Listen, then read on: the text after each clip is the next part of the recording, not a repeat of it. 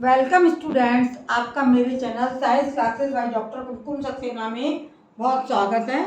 और हम इस समय चल रहे हैं जंतु कोशिका की रचना पर। अभी मैंने आपको प्लाज्मा झिल्ली की वो बताया था कि क्या क्या कार्य हैं, और जो कोशिका के बाहर चढ़ी हुई है, जो अंदर के अंगों को सुरक्षा प्रदान करती है, वो कहलाती है प्लाज्मा झिल्ली या कोशिका झिल्ली। इसके कार्य मैंने आपको एक चयनात्मक कार्य बताया था पिछले अपने लेक्चर में कि चयनात्मक कार्य क्या है कि ये विशिष्ट पदार्थों को ही कोशिका के अंदर प्रवेश कराती है, और कोशिका से जो कुछ विशेष पदार्थ हैं उनको बाहर निकलने की अनुमति भी ये झिल्ली ही प्रदान करती है। ये इसका चयनात्मक कार्य कहलाता है। और ये चयनात्मक क्रिया किस प्रकार होती है? ये दो प्रकार से होती है, या तो विसरण के द्वारा या परासरण के द्वारा। तो पहले हम देखेंगे विसरण क्या है। विसरण किसे कहते हैं? विसरण से आप क्या समझते हैं? विसरण कौन सी क्रिया है जिससे कि पदार्थ अंदर या बाहर जाते हैं?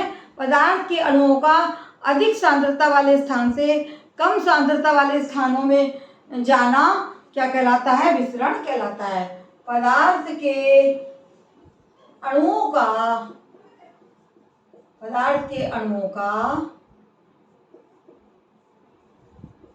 पदार्थ के जो भी अणु हैं, जो पदार्थ पाया जाता है, जो भी कोई भी घोल है या कोई सॉलिड चीज़ है, तो पदार्थ के अणुओं का अधिक सांद्रता वाले, माने जहाँ अधिक इकट्ठे होते हैं, जहाँ गाढ़ापन होता है, वो कहलाता है अधिक सांद्रता।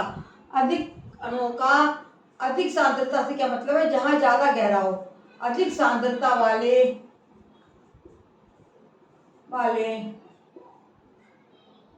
स्थान से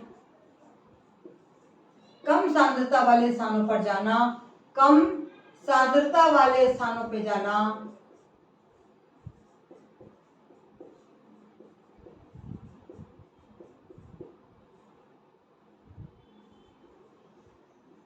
विसरण कहलाता है। क्या कहलाता है?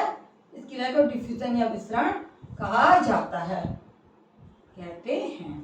ठीक है, जैसे ऐसे समझ लीजिए आप कि चीनी का घोल है ना, चीनी के घोल में अधिक सांद्रता है अंदर, या तो वो या ऑक्सीजन है या कार्बन डाइऑक्साइड है, तो वो अगर अंदर कोशिका में कम होगी तो क्या होगा कि वो बाहर से जो है ऑक्सीजन या कार्बन डाइऑक्साइड अंदर आ जाएगी। और अगर अंदर दबाव पड़ रहा है, अंदर कार्बन डाइऑक्साइड बहुत ज़्यादा इकट्ठी है, तो उसको क्या करना है? उसको वातावरण में बाहर निकलना है, तो वो कोशिका झिल्ली से होके बाहर निकल जाएगी। इसी प्रकार से यदि ऑक्सीजन की कमी शरीर के अंदर, और ऑक्सीजन जब शरीर में कैसे प्रवेश करती है? कम सांद्रता है शरीर के अंदर, बाहर एटमॉस्फेयर में बहुत सारी ऑक्सीजन है, तो बाहर से अंदर ऑक्सीजन जो है प्रवेश करेगी कब? कि अधिक सांद्रता वाले, बाहर बहुत सांद्रता है, अंदर कम है, तो बाहर से अधिक सांद्रता वाले स्थान से अंदर आना, कोशिकाओं के अंदर प्रवेश करना क्या कहलाता है? आपका विसरण कहलाता है। इसी प्रकार से जब हम ऑक्सीडेशन की क्रिया होती है, मनुष्य सांस लेता है, तो क्या होता है? उसमें कार्बन डाइऑक्साइड उत्पन्न होती है, तो वो हमारी कोशिकाओं में भर जाती है। अंदर जो है बहुत सांद्रता हो जाती है, किसकी? कार्बन डाइऑक्साइड की। वो जगह भरी हुई है, उसको कहाँ जाना है? कम सांद्रता वाले स्थान में, यानी उसको एटमॉस्फेयर में जाना है। तो कोशिका की झिल्ली से निकलकर, प्लाज्मा मेम्ब्रेन से निकलकर, कोशिका झिल्ली से निकलकर वो एटमॉस्फेयर में चली जाती है, यानी अधिक सांद्रता हो गई कार्बन डाइऑक्साइड की, तो वो बाहर निकलेगी, एटमॉस्फेयर में चली जाएगी। ऑक्सीजन की सांद्रता कम है शरीर के अंदर, तो एटमॉस्फेयर में बहुत सारी ऑक्सीजन है, तो वहाँ से ऑक्सीजन जो वो अंदर प्रवेश करके और कोशिकाओं में पहुंच जाती है। ये क्रिया आपकी कहलाती है विसरण। दूसरी क्रिया होती है परासरण, ये है डिफ्यूजन। इसको इंग्लिश में क्या बोलते हैं? डिफ्यूजन। और दूसरी क्रिया है ऑस्मोसिस, या आपका ऑस्मोसिस भी एक क्रिया है जिसके द्वारा पदार्थ अंदर बाहर जाते हैं। इसको हिंदी में बोलते हैं परासरण, है ना, और या इसको बोलते हैं ऑस्मोसिस। ऑस्मोसिस क्या होती है? इसको ये भी एक क्रिया, जिस तरह विसरण क्रिया है उसी प्रकार से ये भी एक क्रिया होती है। जल के अणुओं का अधिक सांद्रता वाले स्थान से, जल के अणुओं का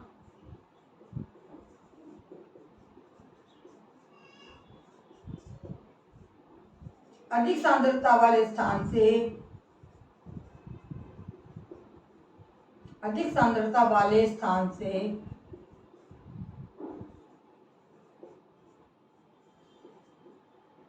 कम सांद्रता वाले स्थान पर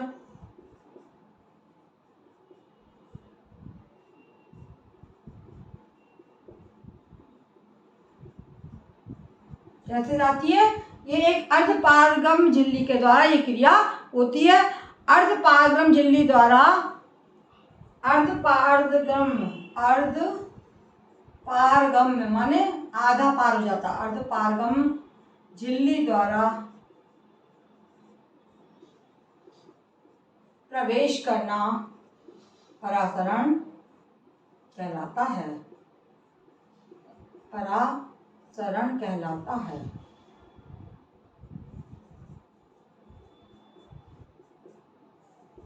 ठीक है, समझ में आ गया? इसमें क्या था? पदार्थ के अणु, और इसमें परासरण में क्या अंतर है? आ सकता है विसरण और परासरण में अंतर बताइए। तो आप इसको समझ लीजिए, इसमें ठोस के अणु है और इसमें जल के अणुओं का अधिक सांद्रता वाले स्थान से कम सांद्रता वाले स्थान पर एक अर्धपारगम, जैसे ये अर्धपारगम होती है झिल्ली, कैसी होती है? प्लाज्मा झिल्ली अर्धपारगम है, बहुत लचीली है, बहुत कोमल है और ये प्रोटीन और वसा की बनी हुई होती है। ये झिल्ली कैसे निर्मित होती है? प्रोटीन और वसा से निर्मित होती है। ये अर्धपारगम झिल्ली है और इसमें जो है क्या पाया जाता है? प्रोटीन और वसा के अणु पाए जाते हैं और ये बहुत ही लचीली है, बहुत ही कोमल झिल्ली होती है। तो उस झिल्ली के द्वारा जल के अणुओं का अधिक सांद्रता वाले स्थान से कम सांद्रता वाले स्थान पर अर्धपारगम झिल्ली द्वारा जाना क्या कहलाता है? आपका प्रवेश करना परासरण कहलाता है। और ये क्रिया जब तक चलती रहती है कि जब तक दोनों ओर सांद्रता बराबर नहीं हो जाती। ये क्रिया जब तक चलती है, जब तक चलती रहती है,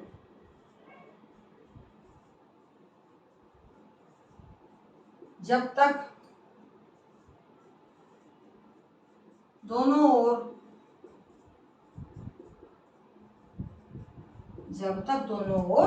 आपकी कंसंट्रेशन या सांद्रता बराबर नहीं हो जाती।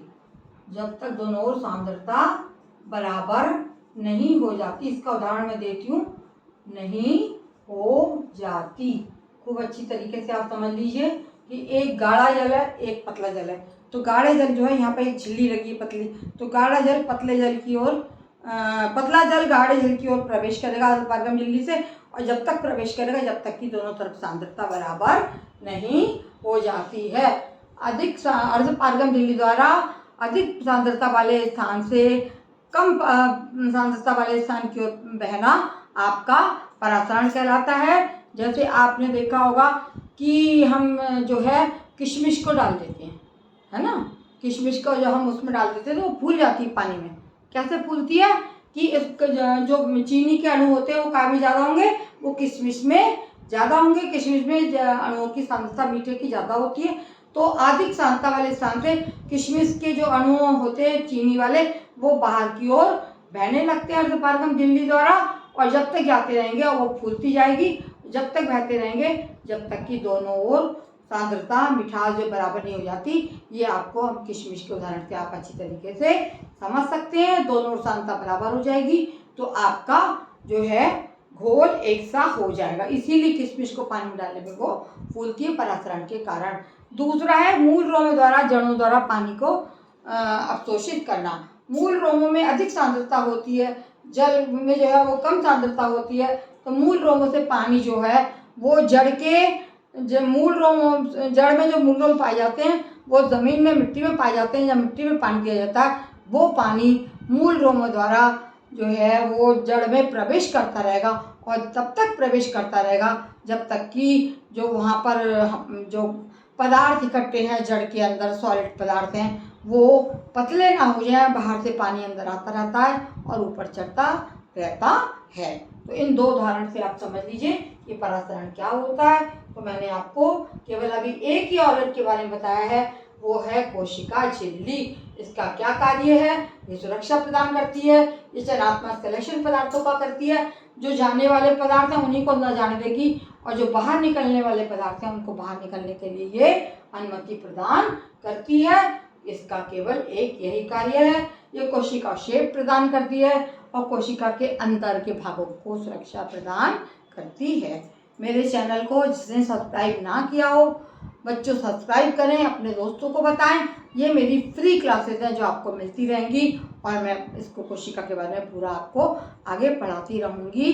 मेरे चैनल को देखने के लिए धन्यवाद।